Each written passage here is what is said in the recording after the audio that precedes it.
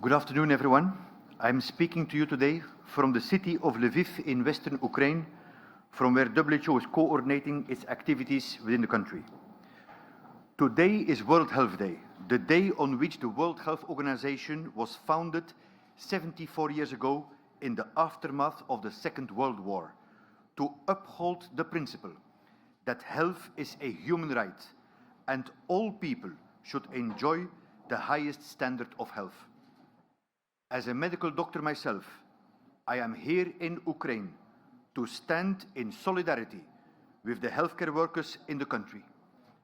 I thank them from the bottom of my heart for their dedication and professionalism as they continue to deliver care in the face of unimaginable human suffering and in scenes of total devastation that no nurse, doctor, midwife, ambulance driver, pharmacist, therapist, or social worker should ever have to experience.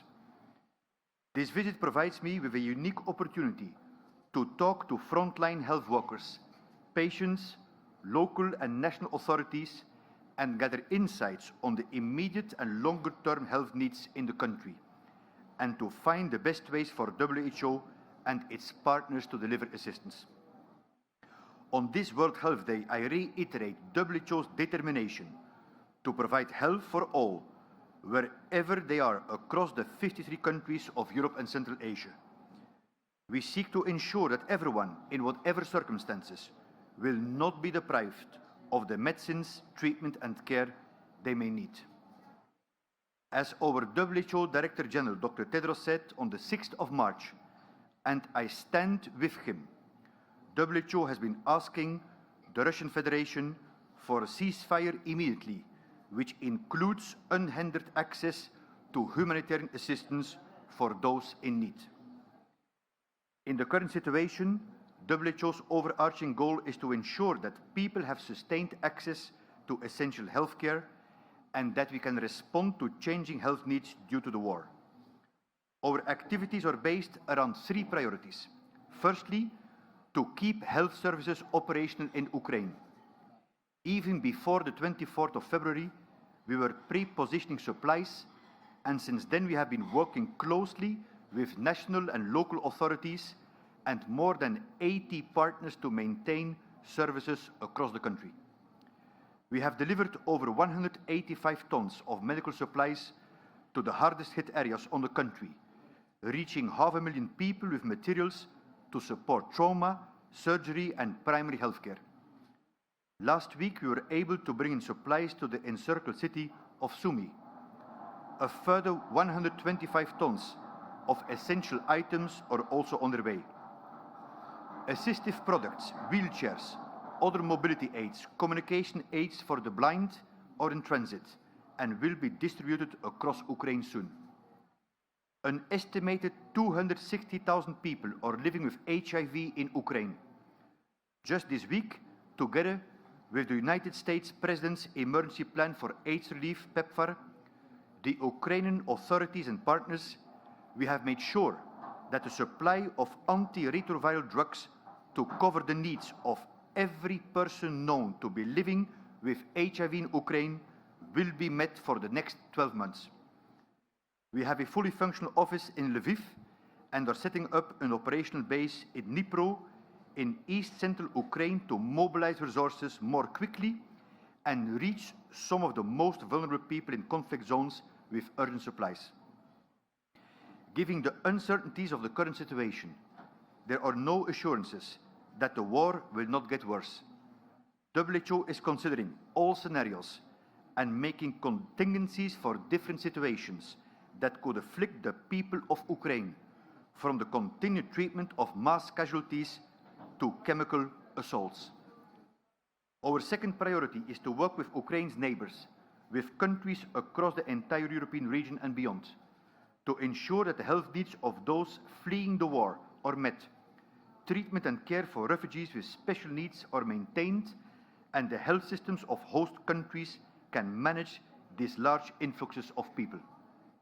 So far, more than 4.2 million people have fled Ukraine since the 24th of February.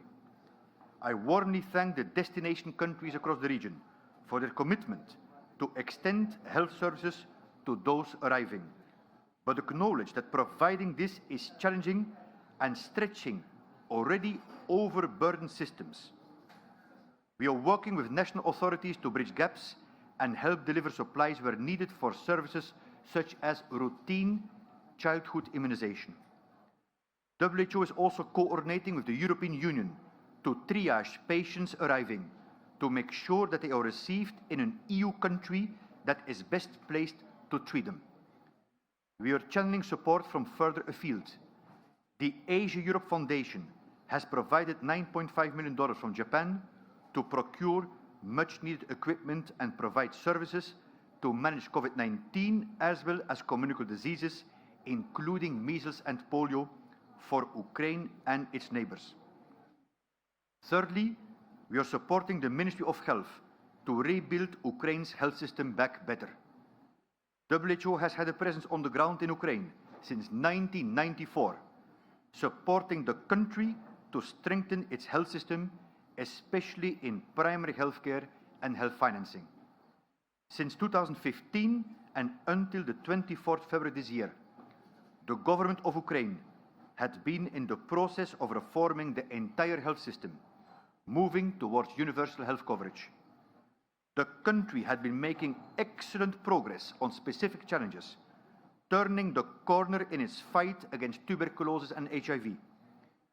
Ukraine was a beacon of best practice in Eastern Europe, with TB incidents falling by almost half in the past 15 years, thanks to the investment in modern diagnostic technologies to rapidly identify TB infection and effective treatment regimens for multi-drug-resistant tuberculosis.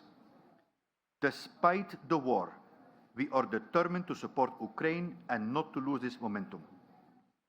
WHO is preparing now to redeploy teams throughout the countries as access and security improves. We are committed to work through a strong, decentralized footprint, both during the current humanitarian response, but also to be there with local and national authorities to rebuild the war-torn health system. Health requires peace. Well-being requires hope. And healing requires time. I speak on behalf of the entire WHO family when I say that it is my deepest wish that this war comes to an end swiftly, without further loss of life. Tragically, this is not the reality we see. As of today, WHO has verified 91 attacks on health. Routine immunization coverage for polio and measles is below the threshold for population immunity. 50% of Ukraine's pharmacies are presumed closed, and 1,000 health facilities are in proximity to conflict areas or in changed areas of control. Roughly 80,000 babies will be born over the next 3 months with insufficient pre- and postnatal care available due to the war.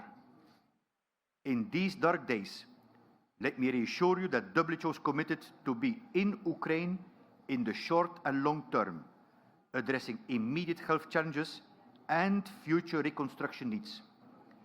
I'd like once again to express my deep admiration to all frontline workers in Ukraine protecting the health of the people. Our mandate and humanitarian principles call on us to ensure health for all, including the poor and most vulnerable, wherever they may be. We have prepared for different eventualities, anticipating that health challenges will get worse before they get better. But as WHO's long history and experience shows, they will eventually get better. The life-saving medicine Ukraine needs right now is peace. Thank you.